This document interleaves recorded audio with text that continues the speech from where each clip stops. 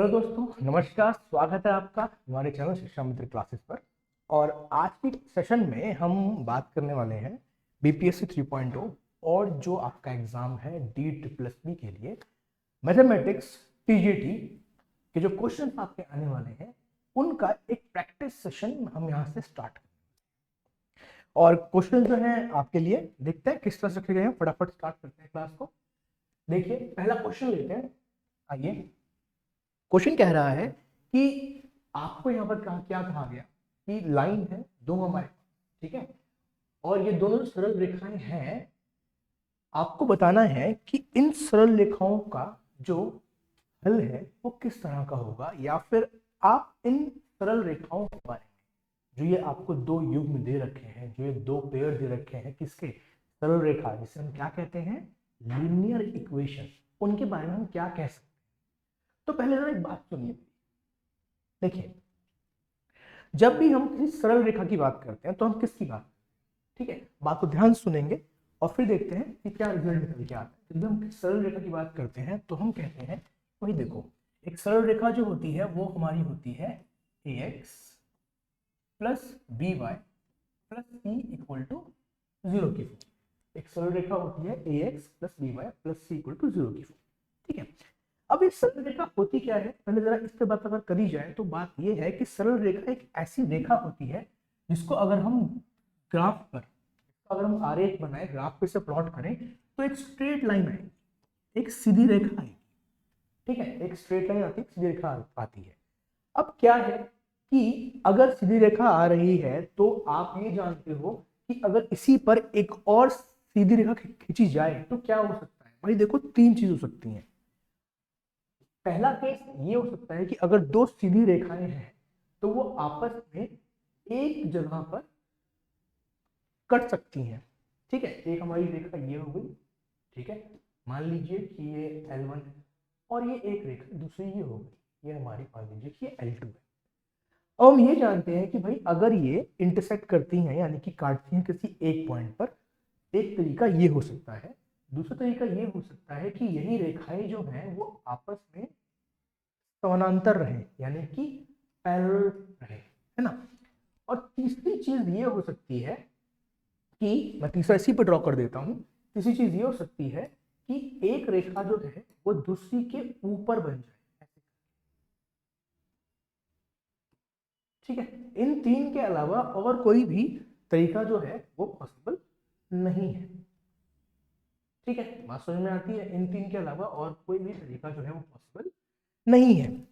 तो अब कैसे मालूम किया जाएगा कि हमें जो दो लाइन दी हुई है। अब देखिए, अगर हम दो लाइन की बात कर रहे हैं तो मेरे पास दो समीकरण भी होने चाहिए, दो सरल रेखाओं के। तो जब भी हम दो समीकरण की बात करते हैं तो हम कहते हैं कि हमारी जो पहली लाइन जो होगी उसको हम ax1 by1, एक मिनट, थोड़ा चेंज कर देते हैं इसको। इसे हम ले लेते हैं a1x plus b1y plus c1 is equal to 0, और दूसरी रेखा है उससे हम ले लेते हैं a2x b2y और c2 इक्वल टू 0, ठीक है। आपको जब भी दो समीकरण दिए जाएं और आपको उन दोनों जो सरल रेखाएं दी हुई हैं उन समीकरणों के द्वारा आपसे यह पूछा जाए कि ये रेखाएं किस तरह की हैं, तो आपको करना है, आपको सिर्फ और सिर्फ करना ये है कि जो ये आपको a1 a2 दिखाई पड़ रहे हैं, जिनको हम क्या कहते हैं, जिनको हम कहते हैं कोफिशिएंट, ठीक है, ये इनके गुणक हैं, इनका अनुपात निकालना है। तो हम a1/a2 निकालेंगे, हम b1/b2 निकालेंगे, ठीक है। कहने का मतलब यहां से हमने ले लिया b1/b2 और यहां से ले लिया c1/c2, तो हमने निकाले ये तीनों अनुपात। अब ध्यान से सुनो, अगर ये अनुपात जो है वो आपस में एक दूसरे के बराबर नहीं आते हैं तो जो हमारा केस होता है वो होता है ये, कौन सा केस, जहां जिसे हम कहते हैं यूनिक सॉल्यूशन, जहां पर जो लाइनें हैं वो सिर्फ किसी एक ही बिंदु पर कटती हैं, ठीक है। बट अगर हम इस वाले केस की बात करें जहां पर जो रेखाएं होती हैं वो समानांतर आती हैं, पैरेलल रहती है, वहां पर ऐसा होगा बेटा कि a1/a2 जो होगा वो b1/b2 के इक्वल तो आएगा, ठीक है, लेकिन जो c1/c2 है उसके इक्वल नहीं आए।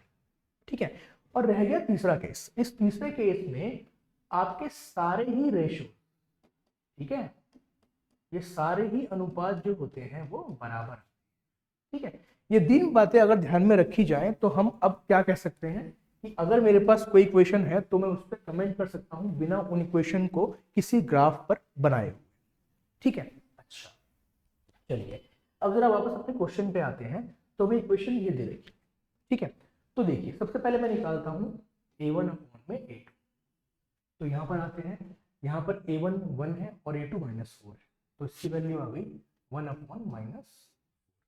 फिर मैं निकालता हूँ b1 अपॉन p2। अच्छा, तो ये यहाँ से हम सॉरी यहाँ पे लेते हैं, यहाँ पे 2 है और यहाँ पर भी 2 है, तो ये आ गया 2 अपॉन 2 जो कि 1 होता है। अब देखो यहीं से मालूम पड़ रहा है, अगर मैं कमेंट करना चाहूँ तो a1 अपॉन में a2 जो आ रहा है वो not equal to b1 upon b2 है। और ऐसा हमने सिर्फ एक केस में पढ़ा है, ऐसा हमने सिर्फ एक केस में पढ़ा है, वो किसमें है, जहाँ पर जो रेखाएं होती हैं वो सिर्फ एक ही बिंदु पर कटती हैं, बाकी यहाँ भी इक्वल है और यहाँ भी इक्वल है। तो ये तो है नहीं, तो हमारी रेखाएं कैसे होती हैं जो एक ही बिंदु पर कटती हो। क्या हमारा इसमें से कोई भी एक ऑप्शन है? तो देखो वे समांतर रेखाएं हैं, जी नहीं वो समांतर रेखाएं तो नहीं है, ये तो पक्का हो गया। ठीक है, अच्छा दोनों मूल बिंदु से होकर गुजरती हैं, क्या ये दोनों लाइन मूल बिंदु यानी कि ओरिजिन से पास करेंगे? चलिए इस बात पे भी बात करते हैं। देखो अगर किसी भी लाइन को मूल बिंदु से गुजरना है, मेरी बात ध्यान सुनना ये वाली, ठीक है, अगर किसी भी सरल रेखा को मूल बिंदु से गुजरना है तो क्या होना चाहिए? देखो अभी मैंने कहा कि हम किसी भी लाइन को इस तरह से लिखते हैं, हम किसी भी सरल रेखा को इस तरह से दिखाते हैं। अगर इस सरल रेखा को मूल बिंदु से गुजरना है तो क्या होगा? तो भाई सी जो है ना वो 0 होना चाहिए।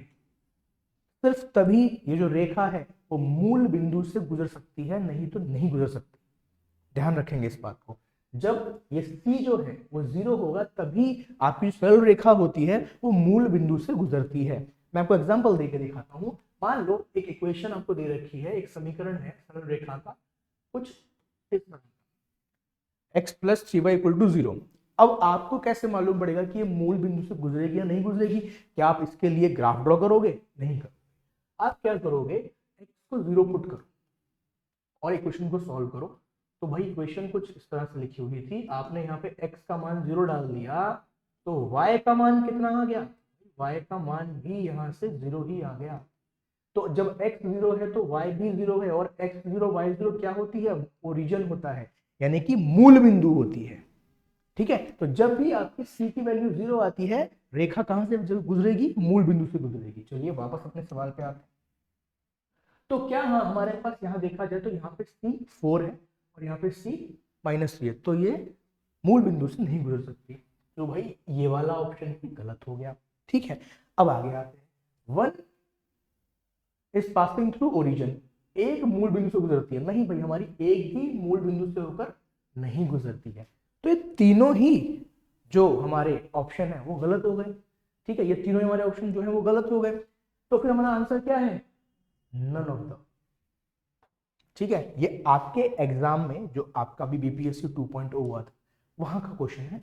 ठीक है, और उसी में से इसको मैंने ऐसे उठा के यहाँ पे रख दिया क्योंकि इसके इस क्वेश्चन में समझाने के लिए काफी कुछ था जिससे कई सारी बातें क्लियर हो सकती हैं। अगर समअप करना चाहूं तो आपके लिए तो मैं ये कहूंगा, ध्यान रहे हमेशा जब भी आपको ये फाइंड आउट करना हो, ये मान निकालना हो कि जो रेखाएं हैं वो किस तरह की हैं, एक बिंदु पे काट रही हैं, आपस में समानांतर है, या फिर एक दूसरे को बिल्कुल ढक लेती हैं। ठीक है, तीनों को करने के लिए सिर्फ आपको अनुपात याद करना होता है। ठीक है, और अगर रेखा मूल बिंदु से जा रही है तो बेटा ये वाली बात ध्यान रख लेना, तो आपको हमेशा याद रहेगा। और अगर मान लो आपको ये बात ध्यान नहीं भी रह रही है तो क्या ध्यान रखना है? तो बेटा फिर ये वाली बात ध्यान रखना है, अपने समीकरण में x को 0 डाल के देखो। अगर समीकरण में x को 0 डालने से y का मान भी 0 आ रहा है तो जो रेखा है वो ओरिजिन यानी कि मूल बिंदु से पास करेगी, और अगर नहीं आ रहा है तो नहीं करेगी। आपको ये चीज अगर मैं अपने क्वेश्चन में भी दिखाऊं तो अगर मैं ये इक्वेशन यहां से उठा लूं x प्लस 2y, देखो x plus 2y plus 4 equal to 0। अब अगर मैं यहाँ पे x को 0 पुट कर दूं अगर मैं यहाँ पे x को 0 पुट कर दूं तो 0 plus 2y plus 4 equal to 0। आप बोलोगे सर y की वैल्यू तो -2 आएगी, तो यानी कि ये मूल बिंदु से पास नहीं करेगी, ओरिजिन से पास नहीं करेगी। ठीक है, चलिए तो अगला सवाल लेते हैं, देखते हैं नेक्स्ट क्वेश्चन पे हम क्या कर रहे हैं। चलिए अब जो क्वेश्चन आपके सामने आ गया है ये है कैसा, ये एक बहुपद है। कैसा कैसा बहुपद है जिसको हम क्यूबिक पॉलिनोमियल कहते हैं। क्यूबिक पॉलिनोमियल का मतलब क्या हुआ भाई, एक ऐसा पॉलिनोमियल, एक ऐसा बहुपद जो किस फॉर्म में हो, ax cube plus bx square plus cx plus d, इस तरह के बहुपद को हम क्यूबिक बहुपद कहते हैं। तो अभी हमसे पूछ क्या रहा है, देखो कुछ चीजें हैं यहाँ पे जो ध्यान रखने लायक है कि पहली बात तो आप सभी को ये पहचानना आना चाहिए कि जो बहुपद दिया गया है वो कैसा है, कि वो क्यूबिक है या फिर क्वाड्रेटिक है या फिर लीनियर है ना। यानी कि कहने का मतलब ये हुआ कि जो हमारे बहुपद होते हैं वो कई तरह के होते हैं। ठीक है, देखिए आपका बहुपद ऐसा हो सकता है, ठीक है, आपका बहुपद x square plus x plus 2 की तरह हो सकता है, आपका बहुपद x cube plus 3x plus x plus 2 की तरह का भी हो सकता है। मैं यहाँ पे सिर्फ 3 ले रहा हूँ बहुपद, ठीक है, क्यों ले रहा हूँ, आप यहाँ पे देखो एक चीज होती है जिसे हम बोलते हैं डिग्री। क्या होती है, डिग्री। अच्छा, डिग्री का मतलब क्या है, आपको जो बहुपद दिया गया है उस बहुपद की सबसे बड़ी घात क्या है, सबसे बड़ी पावर क्या है। तो अगर मैं x प्लस 1 की बात करूं तो यहाँ पर x की जो पावर आ रही है वो आ रही है 1। ठीक है, यहाँ पर देखा जाए, यहाँ पर मैंने 2 लिख कर दिया है और यहाँ पे आपको पता है 1 होगा, तो इसकी जो डिग्री कहलाएगी वो 2 कहलाएगी, क्योंकि हम क्या कह रहे हैं, आपको जो बहुपद दिया हुआ है पॉलिनोमियल, उसकी जो हाईएस्ट पावर है, जो उसका सबसे बड़ी जो घात होगी वही उसका जो डिग्री है वो कहलाएगा। अच्छा, इसका मतलब फिर तो ये 3 हो गया। ठीक है, ये बात ध्यान रहेगी, देखते ही मालूम पड़ता है। ठीक है, आपको सबसे बड़ी पावर देखनी है, जो दिख रही है वही डिग्री है, सीधी सी बात। अब आगे फिर मैं इसमें लिखने वाला हूं जीरोस। अब ये क्या होता है, इसका कहते हो शून्यक। क्या कहते हो इसको आप, इसका कहते हो शून्यक। तो जितनी डिग्री होती है उतने ही शून्यक होते हैं। अब लेकिन शून्यक होता क्या है, शून्यक वो मान है, शून्यक उस बहुपद के लिए वो मान है जहां पर उस बहुपद का मान 0 हो जाए। जैसे कि अगर मैं x प्लस 1 की बात करूं तो x के जिस मान के लिए इसका मान 0 हो जाएगा वो इसका शून्य कहलाएगा। तो x प्लस 1 का अगर मान 0 करना है तो मैं x को -1 पुट कर दूंगा तो इसका मान क्या आ जाएगा, 0। तो -1 जो होगा इसका शून्यक होगा। बात समझ में आती है। तो जितनी डिग्री होती है, हम वापस अपनी चीज पर आते हैं, हमने शून्यक देख लिया क्या होता है, ठीक है, वो पता होना चाहिए इसलिए बता दिया। ठीक है, आगे बढ़ते हैं, अपनी चीज पर रहते हैं। जितनी भी डिग्री होती है उतने ही शून्यक होते हैं। तो अगर डिग्री 1 है तो उसका एक ही शून्यक होता है, अगर डिग्री 2 है तो उसके 2 शून्यक है, अगर डिग्री 3 है तो उसके 3 शून्यक है। ठीक है, तो जब हम 2 शून्यक की बात करते हैं उनका नाम अल्फा बीटा करते हैं। ये आपने पढ़ा होगा, जो आपके द्विघातीय समीकरण होते हैं, द्विघातीय बहुपद होते हैं, वहां पर नहीं पढ़ा होगा तो हम पढ़ें। ठीक है, और अगर हम इसकी बात करें तो एक अल्फा होता है, एक बीटा होता है और एक गामा होता है। ठीक है, यहाँ पर 3 शून्य होते हैं, यानी कि 3 जगहों पर अपने मान को 0 दिखा सकते हैं। ठीक है, चलिए अब जरा अपने क्वेश्चन पे वापस आते हैं, क्योंकि क्वेश्चन जो है ये तो इसका एक ओवरव्यू हो गया कि हम जिस टॉपिक की बात कर रहे हैं वो है क्या एक्चुअली। तो ये हमारा शून्यक है। ठीक है, तो जो यहाँ पर ये अल्फा बीटा और गामा दिखाई पड़ रहे हैं, ये आपको क्या दे रखे हैं, ये एक्चुअली में क्या है, इसके शून्य है। ठीक है ना, ये क्या है, इसका शून्य है। इसीलिए मुझे वहां तक की बात को यहाँ पे समझाना पड़ा, क्योंकि आपको पता होना चाहिए कि अल्फा बीटा गामा है क्या, किस तरह से इसको लेना होता है, इनकी एक्चुअली में ये होते क्या है। चलिए आगे बढ़ते हैं। अब यहाँ पर आपको क्या ध्यान रखना है, छोटी सी बातें ध्यान रखनी है। देखिए इसके जो हमारे पास 3 शून्यक होते हैं, कौन कौन, एक अल्फा होता है, एक बीटा होता है और एक गामा होता है। इन तीनों के बीच में कुछ रिलेशन है, कुछ इनके बीच में संबंध है जो कि आपको ध्यान रखने होते हैं। आप ये समझे कि वो एक तरह से आपके लिए सूत्र है। उस सूत्र है किस तरह से, हमने इन शून्यकों को जो है किसके रूप में लिखा है? ए बी सी और डी के रूप में लिखा है। ठीक है, हमने शून्यकों को ए बी सी और डी के रूप में लिखा है। कैसे लिखा है देखो, अगर हम देखें यहाँ पर ध्यान से, तो अगर मैं तीनों शून्यकों को गुणा करूं, यानी कि अल्फा बीटा और गामा को एक साथ लिखूं, इसको मैं ऐसे लिखता हूं ताकि आपको ध्यान रहे कि हम गुणा कर रहे हैं अल्फा बीटा और गामा। ठीक है, तो ये जो आएगा वो हमेशा माइनस बी अपॉन ए के इक्वल आएगा। ये जो आएगा हमेशा माइनस बी अपॉन ए के इक्वल। दूसरी चीज, अगर हम यहाँ पर एक छोटी सी बात यहाँ पे मैंने गलत लिख दी, ये माइनस बी अपॉन ए नहीं आएगा, ये माइनस डी अपॉन ए। ठीक है, दूसरा हमारा यहाँ पे आता है अल्फा बीटा, बीटा गामा और गामा, ये हमारा सी अपॉन ए आता है। और तीसरी चीज होती है alpha plus beta plus gamma, ये हमारा माइनस बी अपॉन ए आता है। ये तीन बातें आप लोग जो है लिख के रखिए, ये आपको याद होनी चाहिए। ठीक है, अब हमसे पूछा गया है, हमसे इसे पूछा, ठीक है, तो हमें क्या चाहिए? हमें सिर्फ सी चाहिए और ए चाहिए। अब देखो गलती कहाँ होती है, गलती कई बार सी ए बी डी इन्हें निकालने में होती है। तो देखो यहाँ बात किया जाए तो सी की वैल्यू आपको यहाँ पर -1 दिखाई पड़ेगी।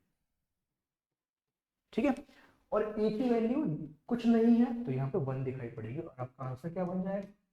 -1। बात ध्यान ये रखनी है कि जो इसका साइन होगा वो आपको उसके साथ लेके चलना है, तो छोड़ना नहीं है। आप ऐसी गलती नहीं करोगे कि यहाँ -1 लिखा हुआ है, आपने वहां पे 1 इस्तेमाल कर लिया। इसका साइन इसके साथ चलेगा, अगर उसके फॉर्मूले में कोई साइन है तो वहीं पे रहेगा। अगर कोई मुझसे कल को ये कहता कि अल्फा बीटा गामा निकाल के दिखाओ, तो अल्फा बीटा और गामा क्या है? वो गामा क्या है? वो माइनस डी अपॉन ए है। तो आप देखो डी की वैल्यू क्या है? डी की वैल्यू 30 है और ए की वैल्यू 1 है। ऐसे ही अगर कोई आपसे ये पूछेगा कि alpha plus beta plus gamma कितना है, तो यहाँ पर आप ले लोगे माइनस और फिर माइनस अपॉन 1। तो आप देख रहे हो मैंने यहाँ पर 6 का माइनस भी यूज किया और फॉर्मूले का माइनस भी यूज किया, तो आंसर आएगा 6। ठीक है, चलिए अगला सवाल लेते हैं, नेक्स्ट क्वेश्चन। हाँ जी, अब अगला क्वेश्चन जो है वो थोड़ा डिफरेंट आ गया फिर से हमारे पास। क्वेश्चन ये कह रहा है कि किसी भी पूर्णांक m के लिए प्रत्येक सम पूर्णांक को किस रूप में दर्शाया जा सकता है? हम यहाँ पर सम और विषम पूर्णांक की बात कर रहे हैं। ठीक है, सम और विषम पूर्णांक, अगर हम सम की बात कर रहे हैं तो हम क्या कहेंगे भाई? जो आपके पूर्णांक होते हैं 2, 4, 6, 8, ये आपके सम पूर्णांक हैं, जबकि जो हमारे 1, 3, 5 और 7 ये विषम पूर्णांक है। यानी कि एक तरीके से इवन नंबर, इवन इंटीजर और ऑड इंटीजर की बात। ठीक है, बात को ध्यान से सुनेंगे, हम इवन इंटीजर और ऑड इंटीजर की बात। ठीक है, कोई बात नहीं, लेकिन ये तो मैंने नंबर ले लिए। अगर हम इन सभी नंबर को, इवन वालों को कोई एक तरीके से लिखना चाहें, किसी एक फॉर्म में लिखना चाहें, तो कैसे लिखा जाएगा? ठीक है, तो देखो ये सभी नंबर क्या हो रहे हैं? 2 से मल्टीप्लाई हो रहे हैं। आप सभी को मालूम है इवन नंबर, सम संख्या जो होती है वो बहुत संख्याएं होती है जो 2 से भाग हो जाए। ठीक है, अच्छा, तो अगर मैं कहूं कि मैं हर इवन नंबर को 2m की फॉर्म में दिखा सकता हूं, तो यह गलत होगा। आप m को कुछ भी पुट कर लो इसके अंदर, 1, 2, 3, 4, 5, 6, 7, 8, हर किसी में इसका आंसर इवन ही आएगा। और देखो क्या मैं उसे 2m प्लस 2 लिख सकता हूं? जी बिल्कुल लिख सकते हैं। 2m हमेशा आपको एक सम संख्या देगा, अगर उसमें मैं 2 और जोड़ दूंगा तो वो सम ही रहेगा। अच्छा, तो इसका मतलब ये भी तो होता है कि मैं उसको 2m plus 4, 2m plus 6 and so on, बहुत कुछ लिख सकता हूं। ठीक है, लेकिन अगर वहीं पर हम विषम की बात करें, ऑड नंबर की बात करें, तो कैसे लिखना चाहिए? देखो भाई, जो ये 2m था पहले ही हमने साबित कर दिया कि वो एक इवन नंबर देगा, वो एक सम संख्या देगा। तो अगर एक सम संख्या में एक विषम संख्या जोड़ दी जाए तो क्या बन जाती है? वो एक विषम संख्या बन जाती है। फिर से ध्यान सुनना, अगर एक सम संख्या में एक विषम संख्या जोड़ दी जाए तो वो वापस विषम संख्या बन जाती है। कहने का मतलब मैं इस 2m में अगर कोई भी एक विषम संख्या जोड़ दूं तो मैंने कहा भाई 1 जोड़ लो, ठीक है। अब ये एक विषम संख्या बन गई, मैं हर विषम संख्या को इससे दिखा सकता हूं, ठीक है।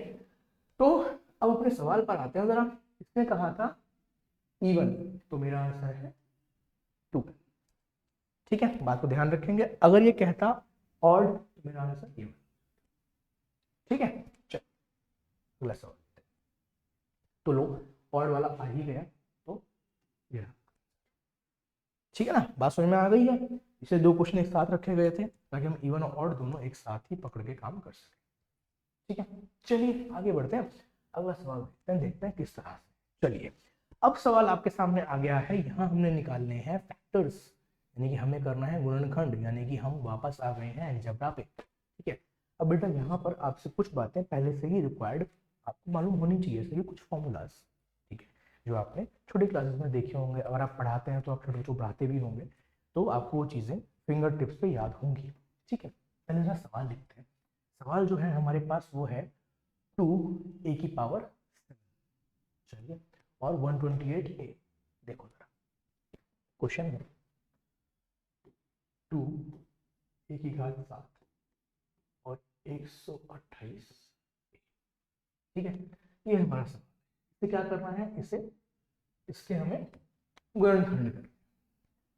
तो क्या करें, देखो भाई अभी तो कुछ नहीं हो सकता, ठीक है। अभी इसके गुणनखंड नहीं बन सकते, और अगर बन भी सकते हैं तो कैसे बन सकते हैं, सिर्फ एक तरीका है, और वो है इसमें हम कॉमन निकाल लें। तो देखो अगर मैं यहाँ पर 2 और a कॉमन निकाल लूँ तो यहाँ पे a की पावर 6 बच जाती है और यहाँ पर 64, ठीक है। और अगर आप में से किसी को कॉमन निकालना नहीं आता है तो बेटा HCF और एलसीएम निकालना सीखो पहले, ठीक है। HCF ही जो होता है वो कॉमन होता है, मैंने जो ये कॉमन निकाल के यहाँ पे लिखा है वो इन दोनों का HCF है। तो आप कॉमन निकालते निकालते HCF निकालना सीख जाओगे, या फिर HCF निकालते निकालते कॉमन निकालना सीख, ठीक है। अब क्या हो सकता है, तो बेटा अब और ज्यादा ध्यान से देखना। अब मैं क्या कर सकता हूं, मैं इस वाले सवाल के अंदर क्या ऐसा कर दें कि यहां पर लगा दें क्यूब और इस पर लगा दें स्क्वायर, ठीक है। आपके पास प्रॉपर्टी होती है कि अगर a की पावर x और पूरे की पावर y हो तो ये a की पावर xy होता है। तो 3 दूनी 6, ठीक है ना, 3 दूनी 6। अच्छा तो ये 64 क्या है, देखो बेटा आप सब जानते हो इस बात को कि 64 जो है वो 2 की पावर 6 है। आप सब जानते हो इस बात को, क्योंकि ये 8 का क्या है, स्क्वायर है, और 8 क्या होता है, 2 का क्यूब। फिर सुनो ये क्या है, मैं 64 को कैसे लिख दूं, आप कहोगे 8 का स्क्वायर लिख दो, तो मैंने कहा क्या मैं इसको 2 का क्यूब करके स्क्वायर डाल सकता हूं, आप बोलोगे बिल्कुल सही बात है ना। तो हमने कहा कि 2 का क्यूब और उसका भी स्क्वायर है, सही है। बात समझ में आती है, बिल्कुल सही। चलो फिर आगे बढ़ते हैं। अब यहाँ पे क्या करा जाए, अब देखो मैंने कहा था कि आपको कुछ फॉर्मूलाज आने चाहिए, पहले जरा उनकी बात करते हैं, ठीक है। मैं यहाँ पे पूरा इसको लिस्ट कर देता हूँ, ये मैंने लाइन यहाँ लगा दी, ठीक है। मैं इस क्वेश्चन को उधर शिफ्ट करता रहूंगा। अब जो मैं यहाँ पर फॉर्मूला आइडेंटिटी यूज करने वाला हूँ वो कौन सी है, वो है बेटा x square minus Y square. पता क्या है, आप सभी जानते होंगे एक्स प्लस वाई और एक्स। चलो ठीक है, तो ये क्या हो गया, यहां से आया मेरे पास में, मैं इस चीज शिफ्ट कर रहा हूँ 2a, ये हो गया a क्यूब प्लस 2 का क्यूब और a क्यूब माइनस 2 का क्यूब, ठीक है, बट गया। अब आगे बढ़ते हैं। अब जो फॉर्मूला यहाँ पे यूज करना है बच्चे, वो कौन सा यूज करना है, मुझे थोड़ी जगह चाहिए, इसको हटाते हैं, ठीक है। अब फॉर्मूला यूज होगा यहाँ पर x cube plus Y cube का। अब ये क्या होता है सर, तो बेटा ये होता है x plus Y into x square plus Y square minus x, ठीक है। X square plus Y square minus x. तो हम इसके बदले फॉर्मूला यूज कर सकते हैं, तो आपने कहा जी बिल्कुल कर सकते हैं। तो ये हो गया a plus 2 a square plus b square minus 2a। ठीक है, आप यहाँ पे इसको मैच कर सकते हो। फिर ये माइनस का लिख के दे दिया, तो भाई माइनस का भी फॉर्मूला होता है। अच्छा, माइनस का क्या होता है कि अगर यहाँ माइनस लगा है तो आप यहाँ माइनस लगा दो और यहाँ प्लस लगा। ठीक है, तो अब ये क्या हो गया, a minus 2 a square plus 4 plus 2। ठीक है, तो ये हमारे बनती है पूरी इसकी गुणनखंडों की एक ट्रेन। ठीक है, अब जरा अपने आंसर को चेक करने चलते हैं। तो देखो जरा, यहाँ पर हम देखें तो देखो हमारे आंसर से ये मैच कर रहा है, ये मैच कर रहा है, ये मैच कर रहा है, ये मैच कर रहा है, बट ये मैच नहीं कर रहा। ठीक है, मैं दिखाता हूँ पहले आपको। ये मैच नहीं कर रहा है क्योंकि हमारे क्वेश्चन में दो जगह पर नेगेटिव नहीं है। आपको ये देखो, दो नेगेटिव कहीं भी नहीं है, ना यहाँ पर है ना यहाँ पर है। ठीक है, तो फिर हमारा आंसर कौन सा जाएगा, ये वाला सी जो है वो हमारा आंसर होना चाहिए। एक बार इसे पूरा चेक कर लेते हैं। हाँ जी, सी वाला हमारा आंसर है। ठीक है, ठीक है, सी ही करेक्ट हो गया। चलिए अगला सवाल लेते हैं। ठीक है, अगला सवाल अब क्या हो गया है कि आपको एक नंबर पी दे दिया गया और पी नंबर को किस तरह से लिखना है, n और n+1 की तरह से लिखा जाता है। तो आप बताओ कि p जो है, जो p आपका नंबर बनेगा वो किससे डिवाइड हो सकता है। ठीक है भाई, कोई बात नहीं, बताया तो है नहीं p क्या है, बट कोशिश करेंगे निकालने की। तो सुनो भाई कहानी, देखो इन दोनों नंबर्स के बीच में अंतर कितना है, इन दोनों नंबर्स के बीच में अंतर कितना है भाई, अंतर है 1 का। दोनों के बीच में अंतर है 1 का। अब सुनो मेरी बात, बहुत सिंपल सी चीज है। अगर मैं 5 और 6 ले लूं, अगर मैं 8 और 9 ले लूं, अगर मैं 13 और 14 ले लूं, अगर मैं 20 और 21 ले लूं, सब में कितना अंतर है, 1 का। तो 1 का अंतर किसमें होता है, 1 का अंतर होता है कॉन्जिक्यूटिव नंबर्स में।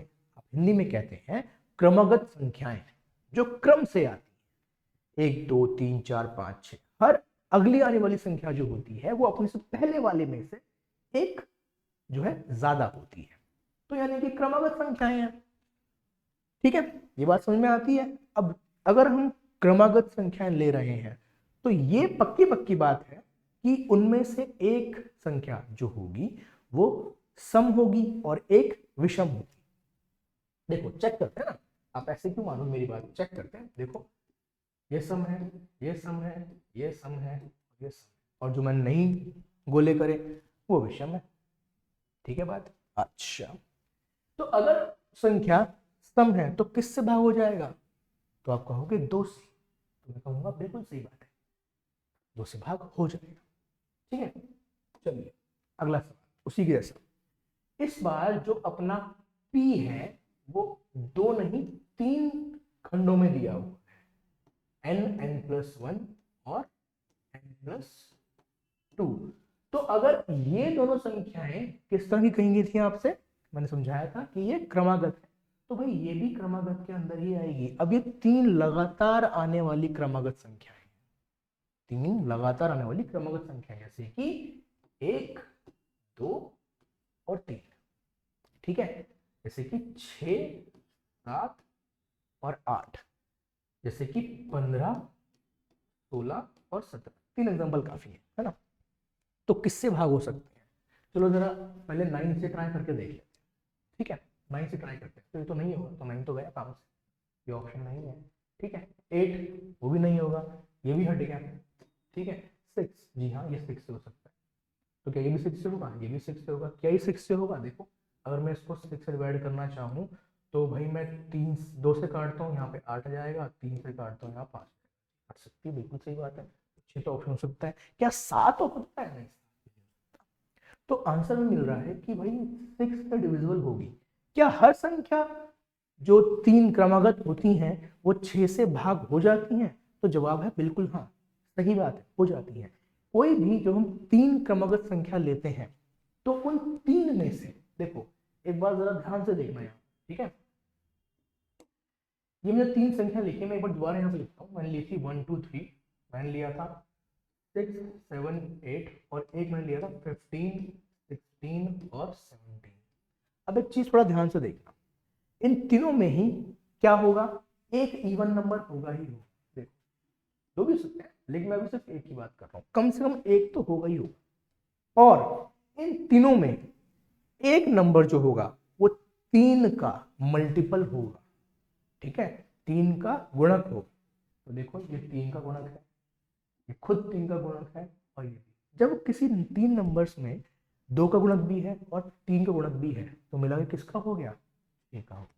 आप कोई भी तीन नंबर लेके देख सकते हैं, ठीक है, एक बार ट्राई करके देखना इस बात को, ठीक है, अगर आपको मालूम नहीं है तो ट्राई करके देखो, मालूम है तो हम आगे बढ़ते हैं, ठीक है। चलिए अगला सवाल लेते हैं। अब जो क्वेश्चन है वो आ गया आपका कहां से, अरिथमेटिक प्रोग्रेशन, समानांतर श्रेणी से। क्वेश्चन ये कह रहा है कि एक 7 टाइम्स द सेवंथ टर्म, अच्छा अगर हम क्या करें, 7 गुना, एक समानांतर श्रेणी में अगर सातवें पद का 7 गुना दिया जाए तो वो किसके बराबर है, वो है 11वें पद के 11 गुना के बराबर, ठीक है। तो आप बताइए कि उसका 18वां पद कितना होगा। चलो भाई बताएंगे ये बात भी, तो इससे पहले जरा हम ये तो सोच लें कि ये एपी है क्या चीज, ठीक है। तो एपी क्या होती है, एक ऐसी श्रेणी होती है जिसमें जो अगली जो पद आता है वो एक डेफिनेट नंबर जोड़ने या घटाने के बाद आता है, जो अगला पद आता है वो एक डेफिनेट नंबर जोड़ने या घटाने के बाद आता है। ऐसी बात है अगर, तो देखा जाए तो 2 5, मैं 3 बढ़ा रहा हूं यहाँ पर, 8 11 14, है ना भाई, ये क्या है, एक एपी है, ठीक है। हम कैसे ध्यान रखते हैं भाई, हमारे पास में ये होता है कि अगर हमसे कहा गया है, क्वेश्चन में हमसे कहता है कि हमको चाहिए एपी का 7वां पद और 11वां पद, तो देखो जब हम एपी के 7वें पद की बात करते हैं, आपको ये बात ध्यान रखनी पड़ेगी कि जो A7 है वो 7वां पद होता है, और जो A11 होता है उसे हम 11वां पद कहते हैं। जो A7 है उसे हम कैसे लिखते हैं, A प्लस 6D, और जो A11 है उसे हम कैसे लिखते हैं, A प्लस 10D, यानी कि जो भी यहाँ पे लिखा हुआ है उससे कम, वहां 7 लिखा तो मैंने 6 ले लिया, यहाँ 11 लिखा तो मैंने 10 ले लिया। क्वेश्चन ये कहता है कि इसका 7 गुना इसके 11 गुना के बराबर, ठीक है। क्या कहा क्वेश्चन ने कि 7वें पद का 7 गुना 11वें पद के 11 गुना के बराबर है, तो 18वां पद निकालो। तो 18वां पद हम A18 बोलेंगे, जो कि A प्लस 17D होगा, फिर से कम कर दिया, ठीक है। अब क्या हो रहा है देखो, यहां से आया 7A plus 42D equal to 11A और 110D, सही है। सबको हम एक तरफ बुला लें अगर तो क्या होगा, देखो इसको देखा जाए तो ये देगा 4A, ठीक है, इधर भेज रहा हूँ मैं, और अगर इनको देखा जाए तो ये हमको दे देंगे 58 और इक्वल टू 0, मैंने सबको इधर भेज दिया। अब छोटी सी बात, आप 4 कॉमन निकाल सकते हो, अगर 4 कॉमन निकालोगे तो क्या आएगा, 17 equal to A plus 17D कितना आ गया, 0, और आपसे यही तो पूछा गया था, तो 18 कितना हो गया, ठीक है, तो अपना आंसर है 0, ठीक है, बढ़िया है। चलिए एक सवाल और देखते हैं, ठीक है, एक सवाल और देखते हैं, बड़ा इंटरेस्टिंग क्वेश्चन है, ठीक है ना, क्वेश्चन देखने में बहुत ज़्यादा अच्छा लग रहा है, देखते हैं होगा कैसे, ठीक है। चलिए यहाँ पे आपको दिखाई पड़ रहा है कि -1 की पावर्स लगी हुई, ठीक है, और वो पावर जो है वो n की फॉर्म में लिखी हुई है, n करके लिखा है, n है, n2 है, 2 1 + 1 है, 4n + 2 है, और आपको उसका मान निकालना है, ठीक है।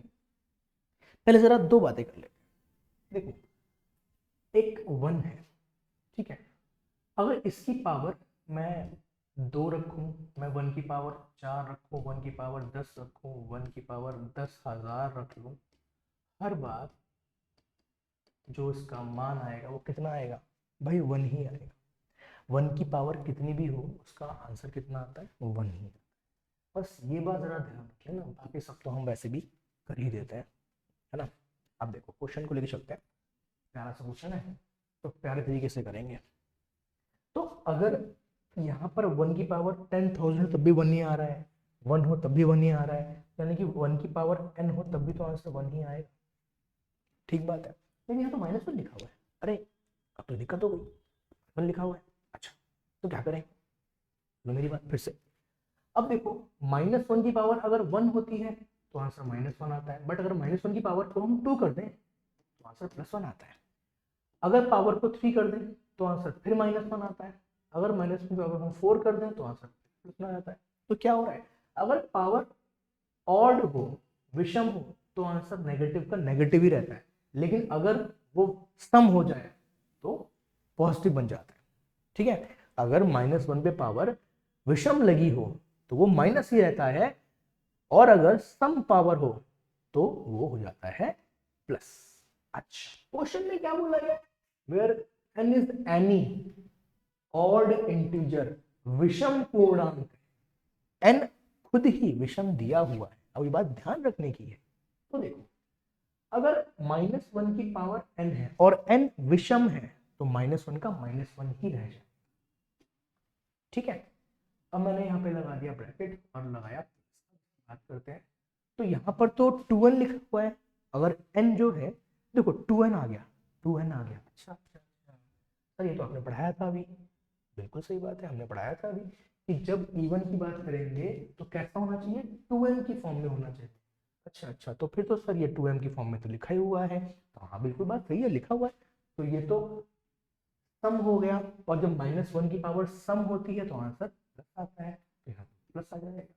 बिल्कुल सही बात है, आप पढ़ रहे हो, मतलब कि ध्यान दे रहे हो मेरी बातों पर। अब फिर लगाया प्लस, अब यहाँ पर, अब ये तो भाई बात अलग बात हो गई, 2n + 1 लिखा हुआ है, तो हमने कहा ऐसा करो ना कि भाई 2n + 1 क्या होता है, अब फिर से आप वहीं गए, 1 2 3 4 5, वापस आओ। ऑड कैसा होता है, 2q + 1 या फिर 2n + 1, बात तो एक ही है। अच्छा अगर बात एक ही है तो फिर ये कैसी संख्या हो गई, ये विषम संख्या हो गई, विषम में फिर से पावर -1 लग जाएगी, मतलब कि इसका मान वापस जो है माइनस है, माइनस ही रहेगा। और ये क्या है, 4n + 2, तो ये भी देखो यहाँ पे लिख के दिखाता हूँ, ये है -1 की पावर 4n + 2, ये सम है और ये भी सम है, और सम सम को अगर जोड़ा जाए तो सम संख्या ही आती है, यानी कि ये इवन ही रहेगा, और जब पावर इवन हो तो फिर से हो जाता है। ठीक है, अच्छा तो इसका मतलब क्या हुआ, इसका मतलब हुआ कि -1 + 1 0, -1 + 1 0, तो आंसर है 0। ठीक है, समझ में आती है, क्लियर है। ठीक है, अच्छा तो अभी क्लास को नहीं रोकते हैं। ठीक है, रेस्ट ऑफ द क्वेश्चन आपके साथ अगली क्लास में डिस्कस करेंगे। ठीक है, तब तक आप जरा इन्हीं क्वेश्चन पे ध्यान लगाइए। ठीक है, आपके एग्जाम के अकॉर्डिंग लेवल लेके चलने की कोशिश की जा रही है, और वैसे ही क्वेश्चन हम यहाँ पर अगली क्लास फिर से ट्राई करेंगे। ठीक है, तब तक के लिए क्लास को एंड करते हैं। आप पढ़ते रहिए, वीडियोस देखते रहिए, शेयर कीजिए अपने दोस्तों के साथ। तब तक के लिए नमस्कार।